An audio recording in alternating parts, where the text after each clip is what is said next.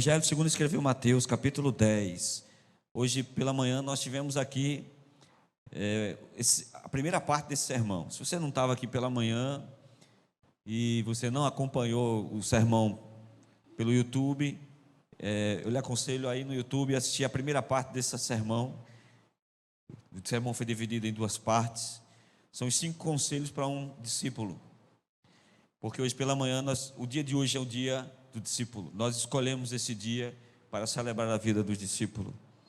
Então, eu queria que você depois fosse lá no nosso canal, assistisse o culto de hoje. Se quiser assistir o culto inteiro, eu lhe aconselho a isso. Se não tiver muito tempo, vai lá para a mensagem. Você vai ver a primeira parte dessa mensagem lá.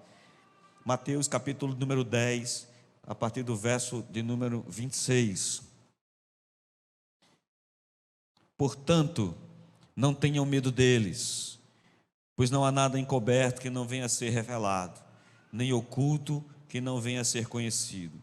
O que lhes digo às escuras, repitam à plena luz. O que é dito a vocês ao pé do ouvido, proclamem nos telhados. Não temam os que matam o corpo, mas não podem matar a alma. Pelo contrário, temam aquele que pode fazer perecer no inferno tanto a alma como o corpo. Não se vendem 2 pardais por uma moedinha? Entretanto, nenhum deles cairá no chão sem o consentimento do Pai de vocês.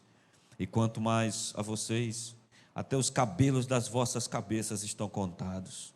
Portanto, não temam, vocês valem mais do que muitos pardais. Portanto, todo aquele que me confessar diante dos outros, também eu confessarei diante de meu Pai que está nos céus.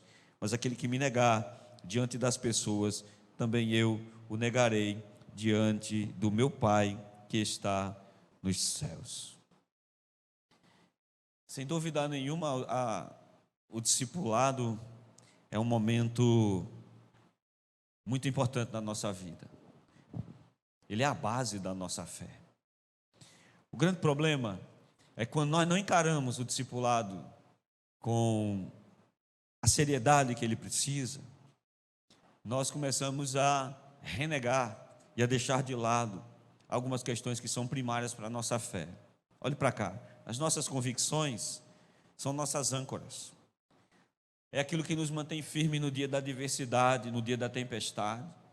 É aquilo que faz você ficar firme quando tudo aponta para a calamidade, para o caos. O texto que nós lemos é um texto que Jesus está no seu ministério público. E entenda ministério público, o período em que Jesus separou, depois do batismo, para caminhar sobre a terra, para pregar, para curar, mas também para preparar os seus discípulos. Olhe para cá, os discípulos eram uma peça fundamental no propósito de Jesus. Porque o propósito de Cristo, além de aplacar a ira de Deus na cruz, era abrir o caminho para que todas as pessoas pudessem, por esse caminho, serem salvas. Então, essa verdade do Evangelho não podia ficar somente em Jerusalém. Olhe para cá, imagine que a mensagem da cruz ficasse em Jerusalém. Nós não estaríamos aqui hoje. Então, Deus, em sua sabedoria, Deus projeta o caminho mais eficiente, que é a multiplicação dos discípulos. Para isso, Jesus precisava preparar os seus discípulos. Jesus precisava deixá-los prontos para dar continuidade ao que ele faria. Então, olhe para cá, todas as vezes que você olhar nos evangelhos, Jesus com os seus discípulos, ali não é um encontro aleatório, ali não é um momento sem propósito. Todos os momentos que Jesus estava com seus discípulos, ele ensinou, ele preparou, ele treinou. Cada milagre que Jesus realizava apontava para um fim, cada discurso de Jesus apontava para um fim, e se você prestar atenção, em todos os momentos, os discípulos estão ao entorno de Jesus. A transfiguração, na multiplicação dos pães. Alguns detalhes são muito importantes na multiplicação dos pães, por exemplo, que não é Jesus que multiplica os pães no sentido de rasgar os pães. Jesus ora, dá graça, e os discípulos vão distribuindo, e o milagre vai acontecendo pelas mãos dos discípulos. Quem está me entendendo? Diz amém? Enfim, Cada encontro de Jesus, cada momento de Jesus apontava para um fim definido, de preparar os seus discípulos. Aqui, nesse ponto específico, que é registrado por Mateus, que é registrado por Marcos e por Lucas, aqui Jesus está fazendo um estágio com os discípulos. Ele está mandando os discípulos dentro de um treinamento, olhe para cá, controlado de discipulado. Aqui, os discípulos iriam simular o que eles iriam realizar quando Jesus não estivesse mais com eles. Só que aqui eles vão fazer o processo sob a supervisão de Jesus. Quem está me entendendo, diz amém. Olha para o irmão que está do seu lado, vê se ele está bem. Vê se ele... Isso. Teve um irmão que foi acordado ali agora, que eu não vou dizer quem foi. Não durma não. Eu estou vendo daqui. Teve um irmão que foi acordado agora, estava longe. Estava tendo revelações. Muito bem. Nesse processo, Jesus prepara os seus discípulos e diz: agora vocês vão. E o capítulo 10, a partir do verso 1, até na completude, todo o capítulo 10, Jesus envia os discípulos. Lucas fala que eles vão, olhe para cá, e nessa supervisão, eles voltam alegres, eles voltam felizes. Eles dizem: os demônios se submetem à nossa palavra, os pecadores se arrependem, milagres acontecem. Então, Jesus cumpre o propósito de preparar os seus discípulos. Só que, quando ele envia seus discípulos, ele faz um discurso, e nesse discurso, eu retirei aqui 5 lições desse discurso que Jesus faz ao enviar os seus discípulos. Ele exprime nesse texto várias lições, não tem a pretensão de dizer a você que nós exaurimos todas as lições. Se você ler, você vai amanhã descobrir uma lição nova. Mas eu destaquei 5 lições para que nós possamos desenvolver na nossa vida prática a ideia de ser um discípulo. O primeiro conselho nós falamos hoje pela manhã, que é crescer e amadurecer para compartilhar. O segundo conselho também, que é reconfigurar os seus valores. E eu quero começar nessa noite a partir do terceiro conselho. Se você vai lá e assiste os 2 primeiros. Quem vai lá assistir os 2 primeiros diz amém. Muito bem. O terceiro conselho que Jesus dá está no verso 26. Deixa a sua Bíblia aberta no texto, versículo 26. Portanto, não tenha medo deles, pois não há nada encoberto que não venha a ser revelado, nem oculto que não venha a ser conhecido. Verso 29. Não se vendem 2 pardais por uma moedinha, entretanto, nenhum deles cai no chão, sem o conhecimento do Pai de vocês. O terceiro conselho de Jesus é: não tenha medo. Não tenham medo. Aqui é um ponto muito importante, porque coragem não é ausência de medo. Todo ser humano, naturalmente, ele desenvolve um medo como um mecanismo de segurança, como um gatilho de segurança. O medo é o mecanismo que impede você de fazer loucuras. O medo é o mecanismo que impede você de se colocar em situações de risco ou de perigo. Quem está me entendendo diz amém. Todavia, a vida cristã e a vida do discípulo, ela é propositalmente crescida a partir de obstáculos. Nós crescemos com obstáculos, nós crescemos com desafios. A cada passo que nós damos na vida, e os desafios chegam à nossa porta, e nós transpomos esses desafios, nós nos tornamos mais fortes, nós nos tornamos melhores, nós nos tornamos mais eficientes. Quem está me entendendo diz amém. Então o processo de crescimento de Deus na nossa vida é o processo da dificuldade, é o processo do desafio. Para você crescer, Deus vai desafiar você a sair do lugar onde você está. Eu tenho certeza absoluta que aí na posição que você está hoje, seja espiritual, seja física e material, Deus desafiou você em alguns momentos para que você subisse um degrau a mais na vida que você tinha. Então, profissionalmente, você chegou onde chegou, porque os desafios chegaram, você não teve medo, você subiu nesses degraus e você se tornou a pessoa que você é hoje. Você enfrentou o medo para mudar de cidade. Você enfrentou o medo para enfrentar uma nova profissão. Você enfrentou o medo para mudar de vida. Você enfrentou o medo para casar. Você enfrentou o medo para todas as áreas da sua vida. Olhe para cá. O desafio se colocou. Você cumpriu o desafio, ou seja, você rompeu o desafio e você saiu mais forte da situação. Diga glória a Deus bem forte aí. Me ajude. Então, dentro desse processo, o processo do desafio, o medo deixa de ser um mecanismo de segurança para ser um empecilho. O medo trava você. Quando Deus chega para Abraão e diz: sai da sua terra, do meio da sua parentela, vá para um lugar que eu vou te mostrar. Se Abraão tivesse tido medo, ele não sairia. Se ele não tivesse saído, ele não tinha gerado uma nação. Se ele não tivesse gerado uma nação, nós não estaríamos aqui. Se Deus, na sua infinita bondade, não enchesse o coração de Davi, a ponto de Davi enfrentar Golias, Davi jamais se tornaria rei. Davi jamais arregimentaria o exército a seu favor. Os cânticos que são louvados para Davi em detrimento a Saul são pela coragem que Davi tem em enfrentar os desafios. Então, olhe para cá, a vida do discípulo, ela se desenvolve enfrentando constantemente o medo. Nesse exato momento, algumas pessoas que estão me ouvindo, estão me assistindo, estão com medo. Estão com medo de desafios. Estão com medo das situações da vida. Estão com medo do que possa acontecer. E Jesus está falando aqui para os discípulos, porque Jesus já sabia que quando ele morresse, os seus discípulos seriam perseguidos. E o texto é bem claro. Se você ler todo esse texto, você vai ver, se você ler todo o capítulo 10, Jesus vai dizer: vão levar vocês às barras dos tribunais, vão levar vocês diante de reis e imperadores, vocês estarão diante de carrasco, de execuções, vocês estarão diante de situações em que a fé de vocês será colocada a postos. Você será colocado, você será desafiado a manter-se firme na sua fé. Então, ei, olhe para cá, não precisa viver num país de perseguição. Agora, exatamente nesse momento, você pode colocar o seu emprego em risco pelo fato de você se declarar um cristão. Você pode perder relacionamento se você se declarar um cristão. Você pode enfrentar dificuldades na sua faculdade se você se declarar um cristão. Então Jesus não está falando para situações alheias à nossa realidade. Quem está me entendendo, diz amém.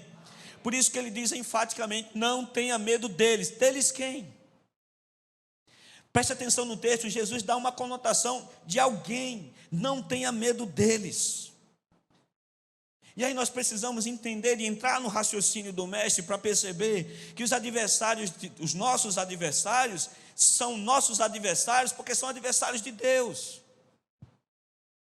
Nós pegamos esses inimigos, nós recebemos esses adversários, não porque cometemos crime contra eles, não porque somos mal contra eles, não porque cometemos qualquer tipo de atrocidade ou maldade contra eles, é porque eles odeiam Deus. Se eles odeiam Deus, de tabela, eles odeiam a nós. Se eles perseguem a Deus, de tabela, eles perseguem a nós. Por isso que muitas vezes você entra num dilema particular: por que é que isso acontece comigo? Por que é que fulano faz isso comigo? Por que é que eu tenho essa perseguição? Por que isso acontece no meu trabalho? O que acontece na minha vizinhança? Ei, olhe para cá, você só vai ser odiado simplesmente pelo que você é. Simplesmente pelas credenciais que você carrega. A palavra do Senhor diz que não havia homem mais justo do que Daniel em todo o império. E todos os sátrapas, os líderes, tentavam de todas as maneiras encontrar uma falha no caráter de Daniel. O texto sagrado diz que eles não encontraram uma falha no caráter de Daniel. Diga glória a Deus, meu irmão. Eles não tinham do que acusar. Eles então entraram pelo caminho de acusar pela fé dele. Ei, ele ora 3 vezes por dia. Vamos bolar uma estratégia para que a lei pegue ele pela fé. Isso é novidade para você? Vamos bolar uma lei que pegue ele pela fé, que ele tenha que recusar a fé dele. O texto sagrado diz que se criou uma lei que somente não se poderia orar ou rezar para outro Deus. E o texto sagrado diz que Daniel caiu na lei que foi criada. A punição era se colocar na cova dos leões. Olhe para cá, a cova é um buraco no chão, cheio de leões famintos. O sujeito era colocado dentro da cova e uma pedra era colocada em cima. No outro dia de manhã, restava apenas ossos e sangue. O texto sagrado diz que o rei chegou para Daniel e disse: ó, Daniel, eu não tenho o que fazer, eu vou ter que colocar você na cova, você quebrou a lei. Ele disse: não tema, ó rei, o Deus de Israel me guardará. Mas é muito fácil hoje, sentado mais de 4.000 anos, escutando essa história, celebrando essa história. Mas quando Daniel chegou no pé da cova, quando a cova foi aberta, os leões pulavam, os leões rugiam, os leões famintos gritavam, esperando que a presa caísse na cova. Ei, o barulho dos maus é que inquieta a alma dos bons. O medo do fazer recuar. Se Daniel tivesse recuado, Deus não tinha sido glorificado naquela nação pelo milagre. O texto diz que no outro dia o rei manda levantar a pedra e ele fala: Daniel, você está bem? Ele diz: não tema, ó rei, o meu Deus me guardou a noite inteira e fechou a boca dos leões. Então o mecanismo do diabo é o medo. O mecanismo para que você pare vai ser o medo. Porque o diabo sabe que se você romper o medo, você se tornará mais forte. O diabo sabe que se você romper o medo, você se desafiará a novos desafios. Ei, olhe para cá, Deus está colocando isso no seu coração nessa noite. Não tenha medo deles. Não tenha medo do grito dessas pessoas. Não tenha medo do que elas estão fazendo. Abra sua Bíblia junto comigo, na carta aos Hebreus. Hebreus capítulo 11.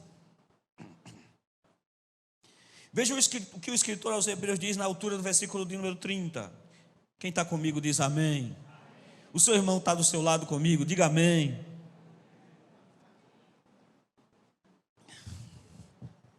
Seja o atalaia do pastor nessa noite. Se ele dormir, grite glória a Deus bem alto. Mate ele de medo. Se ele morrer na igreja, ele vai para o céu. Posso ouvir um amém? Ei, não pode nem falar isso, porque senão vão dizer que eu estou semeando ódio. Corta essa parte. Versículo 30. Pela fé, ruíram as muralhas de Jericó, depois de rodeada por 7 dias. Preste atenção no que o escritor está dizendo. Pela fé, Raabe, a prostituta, não foi destruída com os desobedientes, que acolheu os espias. E o que direi? Certamente me faltará o tempo necessário para falar de Gideão, de Baraque, de Sansão, de Jefté, de Davi, de Samuel, dos profetas. Vê o que ele diz. Agora eu quero que você preste atenção. Os quais, por meio de quê? Por meio de quê?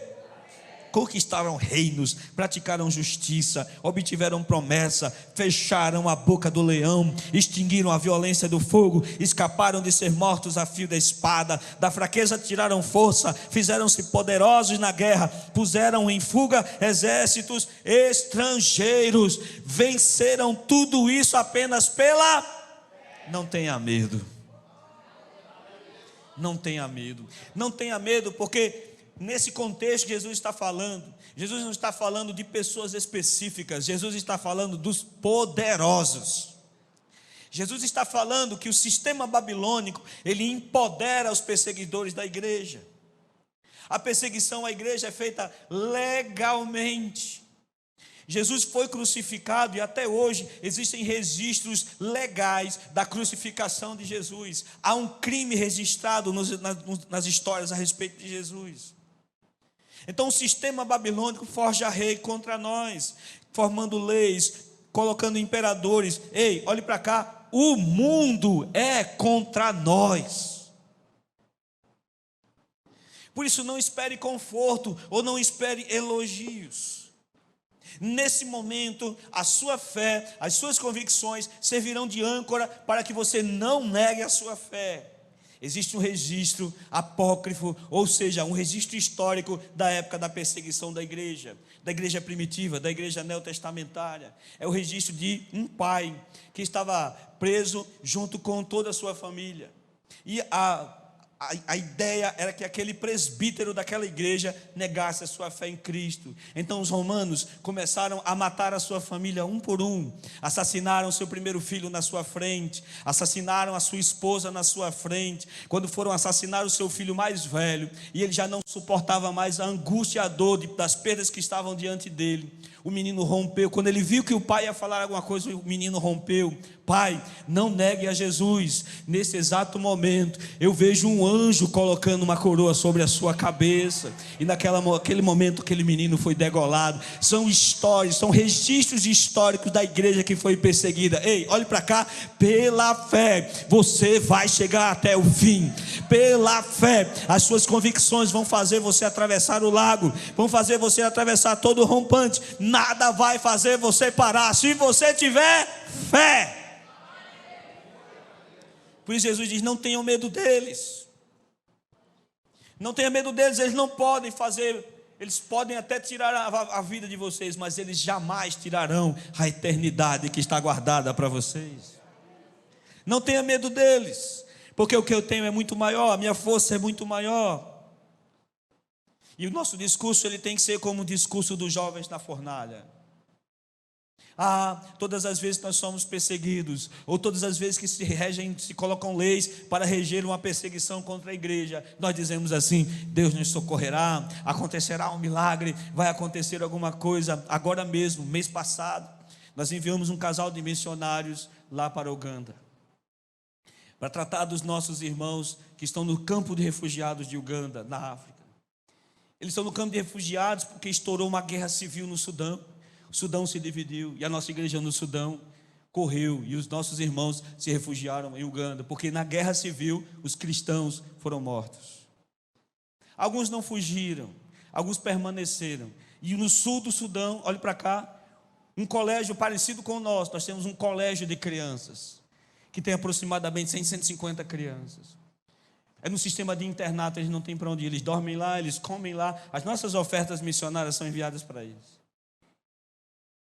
E um desses colégios, não nosso, mas de uma outra igreja, soldados muçulmanos da Nigéria romperam a fronteira, entraram no país, trancaram as crianças dentro dos seus quartos, dentro dos dormitórios, e atearam fogo nos dormitórios. Os que escapavam de dentro dos dormitórios eram mortos a golpe de facão, de tiros do lado de fora. Que mal eles fizeram? Que absurdo eles realizaram para essas outras pessoas, para esses homens perversos e terríveis? Nada. Apenas a cruz de Cristo estava nos seus corações. Mas essas crianças que foram ceifadas dessa maneira tão brutal, repousam agora no descanso dos eleitos.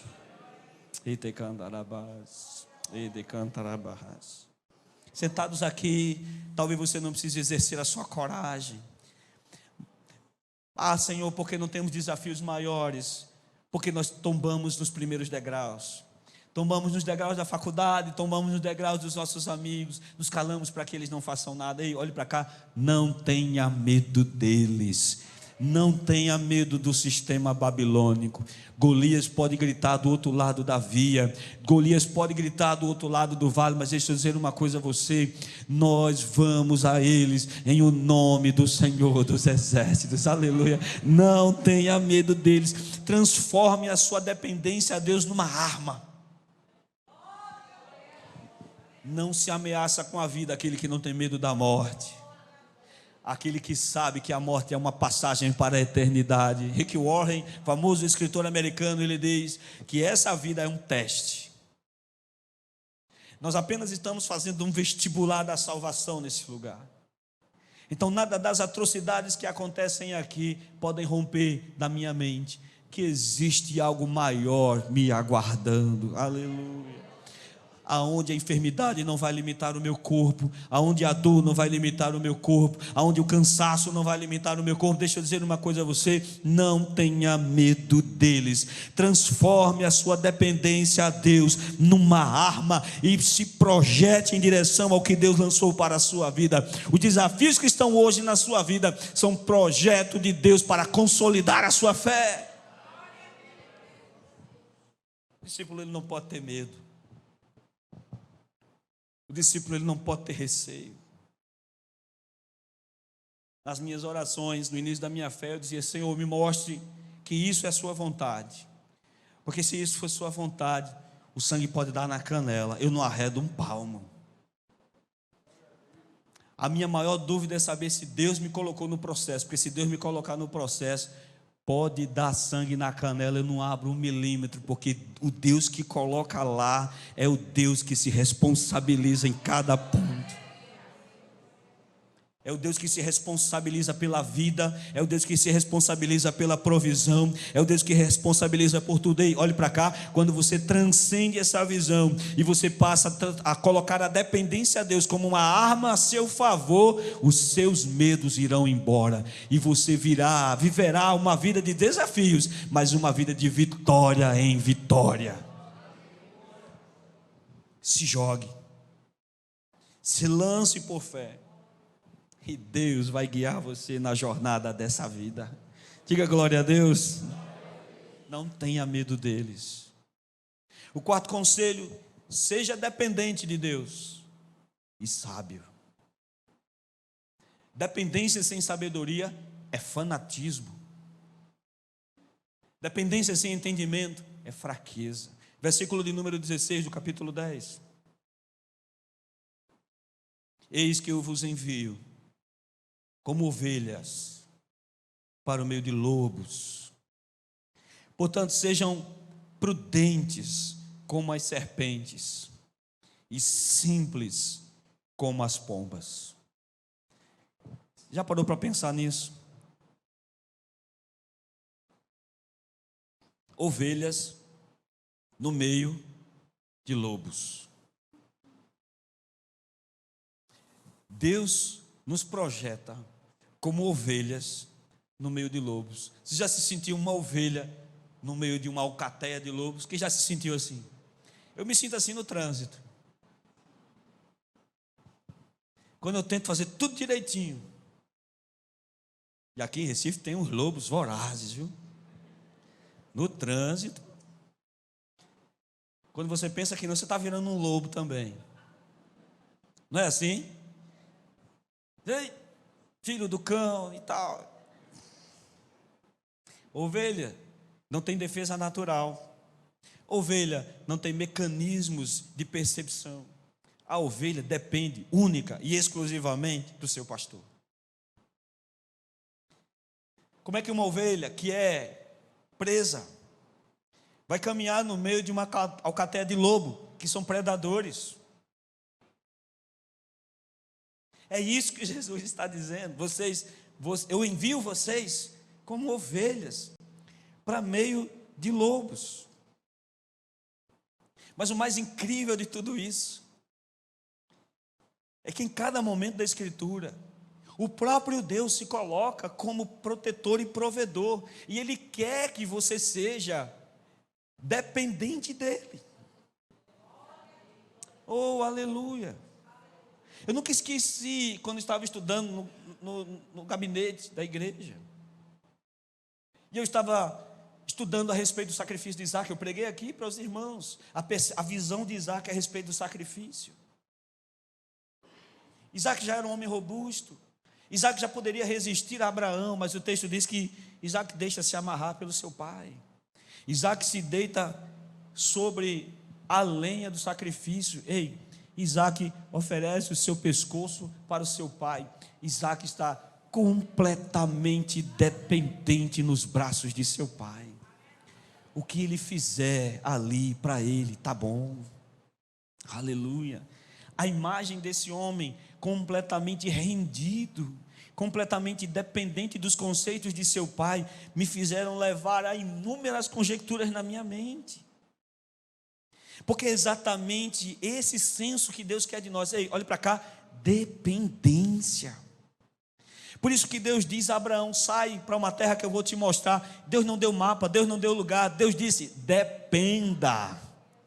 Por isso que Deus diz a Moisés: tira o povo do Egito, leva ele para o monte, faz ele oferecer um culto, porque de lá eu vou levar eles para uma terra que manda leite e mel. Que terra é essa? Não vou dizer, dependa. Dependa do maná todo dia, dependa do alimento dia a dia, dependa da provisão do dia a dia, dependa do cuidado dia a dia. Ei, o El Shaddai, a palavra El Shaddai é aquele que dá provisão total. Aleluia. A imagem do El Shaddai é semelhante à da mulher que amamenta. Quando o menino amamenta, ele não precisa de outro alimento, ele não precisa de água, ele só precisa do leite materno para sobreviver. Quando se diz El Shaddai, nós estamos dizendo: eu não preciso de ninguém, eu não preciso de nada. Deus é o meu provedor completo, total e restrito. Por isso que a altura do capítulo 43 de Isaías, do versos 1 e 2, ele diz: quando você passar pelo fogo, a chama não vai arder. Quando você passar pela água, ela não vai te afogar. Porque ali é a imagem de um pastor tomando conta do rebanho. É a mesma imagem que Davi fala no Salmo 23. Ele me leva a pastos verdejantes, ele me leva a águas tranquilas, por amor do seu nome.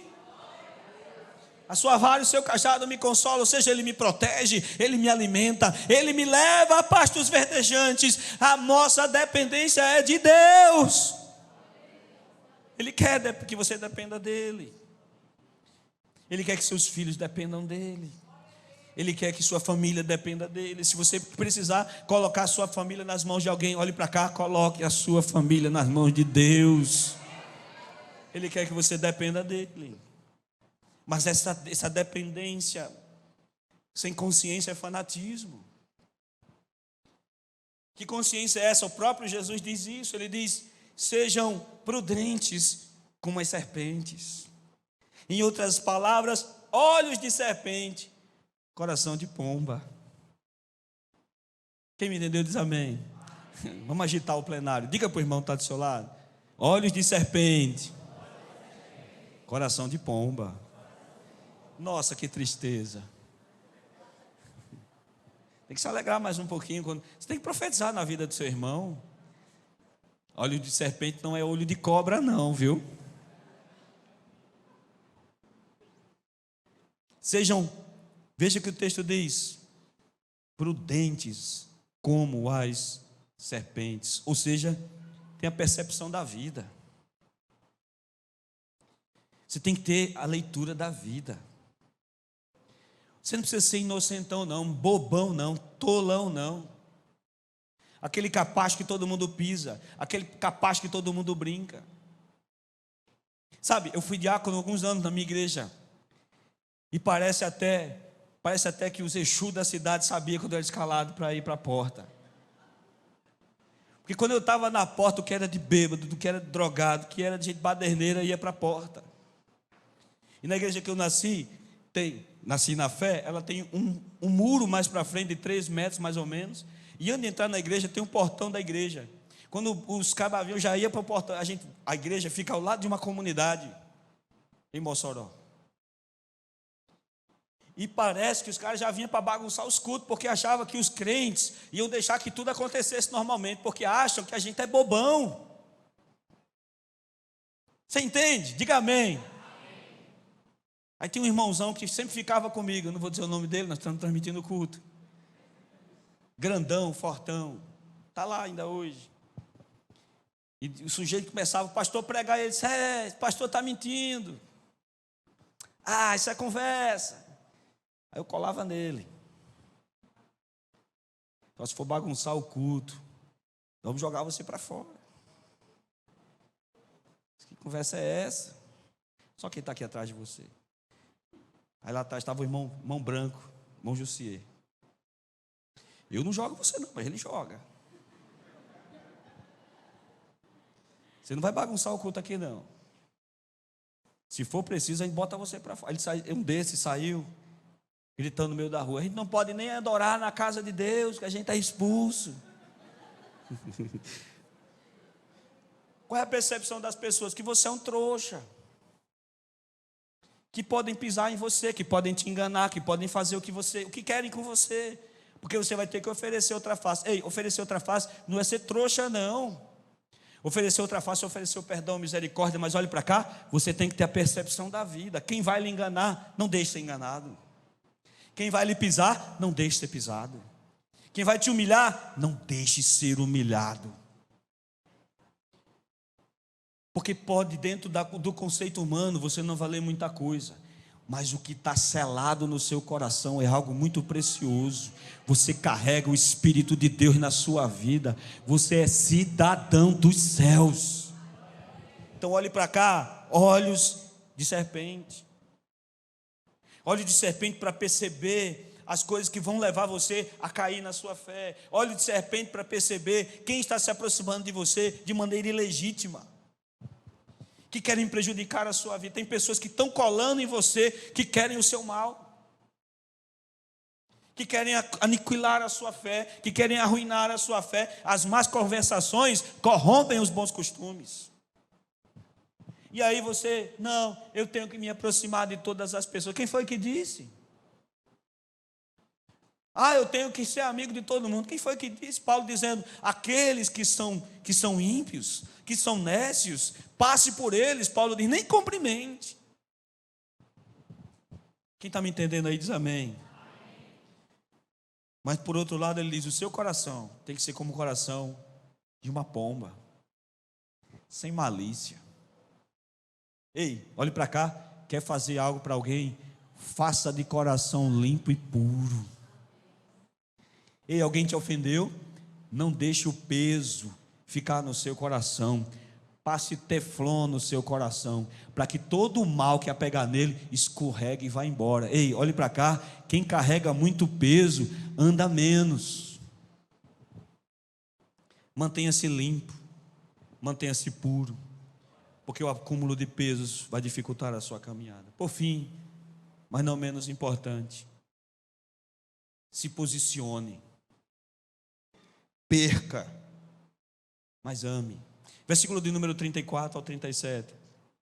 Quem está entendendo aí diz amém.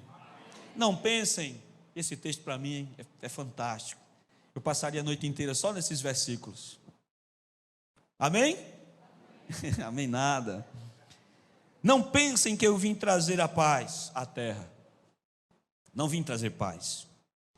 Eu vim trazer a espada. Pois vim causar divisão entre o homem e seu pai, entre a filha e a sua mãe, entre a nora e a sua sogra. Assim os inimigos de uma pessoa serão os da própria casa. Quem ama mais o pai ou a mãe mais do que a mim, não é digno de mim. Quem ama o seu filho ou sua filha mais do que a mim, não é digno de mim. Aqui está dizendo o seguinte: se posicione. Trazer a espada, olhe para cá. Se você quiser criar inimigos, se você quiser distanciar pessoas, se posicione. Crie uma posição e deixe sua posição clara. O cristão, ele não é violento. O cristão, ele é posicional. O discípulo, ele não é briguento. O discípulo, ele é posicional. Eu comparo o discípulo como um poste. O poste não sai por aí batendo nas pessoas. Mas se você sobrar uma curva e bater num poste, você vai se arrebentar. Porque o poste não abre 1 milímetro de onde ele está. Quando você toma posição, esse texto, não significa que você tem que brigar com sua mãe. Não significa que você tem que brigar com as pessoas. Olhe para cá, basta que você se posicione como um discípulo, porque você vai perder relacionamento na sua vida. Se você me entende, diga amém. Pessoas vão se afastar de você quando você se posicionar. Quer ver um burburinho? Se falarem sobre aborto, e vai chegar para você, irmão, o que é que você me diz sobre aborto? Você vai dizer, sou contra.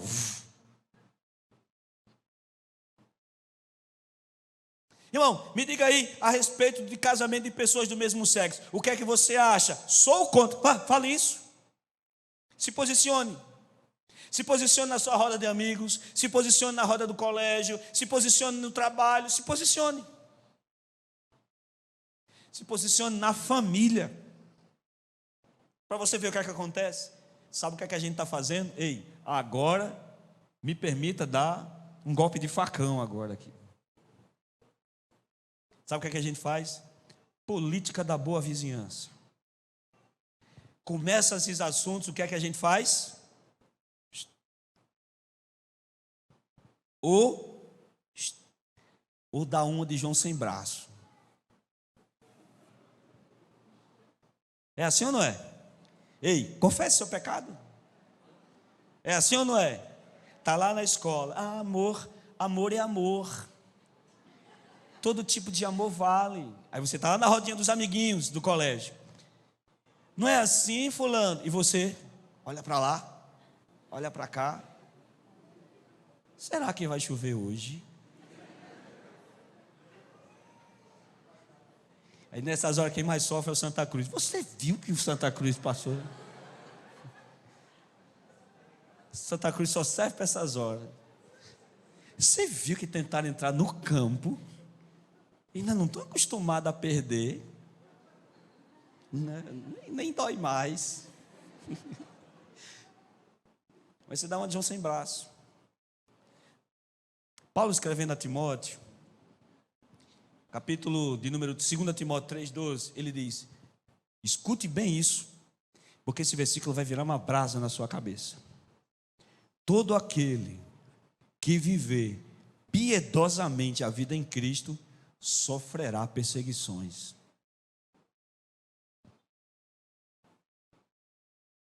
John Wesley, saindo de uma das vilas das quais ele acabara de pregar, orando e pensando consigo mesmo: Senhor, acho que deixei de ser eficiente para o reino,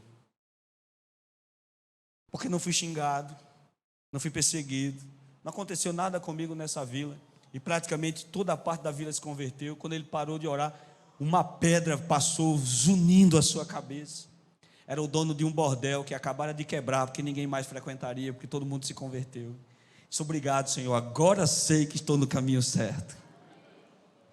Quem vive piedosamente se posiciona: eu sou assim. Se você é assim, seja. Eu sou assim. A minha fé determina que eu viva assim. A minha fé diz que eu sou assim. O meu Deus, a quem eu sirvo, quer que eu ande assim. E deixa o pau cantar. E deixa as coisas acontecerem. Ei, olhe para cá, estou encerrando. Você vai perder. Eu perdi pessoas tão queridas. Perdi não porque morreram, mas perdi dos relacionamentos. Pessoas que cresceram junto comigo desde pequeno. No meu casamento, não colocaram um pé no meu casamento. No meu batismo, estava só eu e a Eliane. Quando eu fui convidar para batizar minha família, hoje, graças a Deus, todos convertidos, disseram: você já é batizado? E as pessoas, uma por uma, foram se afastando. Ei, olhe para cá. Jesus veio trazer a espada. Quem não é por mim, é contra mim. E aí você tem que escolher um lado. E se virar e defender-se desse lado. Quem está me entendendo aí, diz amém. Amém. Aleluia. Mas em contrapartida, ele diz a Pedro, se não me falha a memória: Senhor, ele pergunta, nós deixamos pai, mãe, tudo para te seguir, qual será a nossa recompensa? Jesus diz: não haverá aquele que, deixando tudo por amor a mim, receba em dobro, irmão, irmãs, pais, nesta vida e na vida futura, a vida eterna. Da mesma maneira, alguns se afastam. Ei, olhe para cá, essa pessoa que está aí do seu lado, essa pessoa bonita, só está aí do seu lado porque um dia você entregou sua vida a Jesus. Diga glória a Deus. Pessoas se agregam à nossa vida que talvez nunca cruzássemos o caminho, só estão agregando-se agora porque nós encontramos Jesus e Jesus colocou essas pessoas na nossa vida. Aleluia. Talvez eu não conhecesse a Itaiara, talvez eu não conhecesse o Alex, talvez eu não conhecesse o Misael, talvez eu não conhecesse o Kelvin, se eu não tivesse confessado Jesus, se eu não tivesse seguido a minha caminhada e Deus tivesse dito: agora eu vou colocar você no meio de um povo para você cuidar e ser cuidado. Deus coloca pessoas preciosas na nossa vida, que talvez, se não te fosse pela fé, nós não encontraríamos, talvez não tivesse nem casado. Porque da mesma maneira que nós perdemos, Deus nos dá em dobro numa qualidade muito melhor. Diga glória a Deus. Aquelas pessoas que agregavam a você, que não agregavam a valor à sua vida, elas saíram, Denis. Agora são pessoas que dizem assim: vai lá, vai dar tudo certo, Deus é com você, viu? Vou orar por você, Deus vai abrir as portas e as coisas vão dar certo. Aleluia. Eu quero estar perto de gente assim.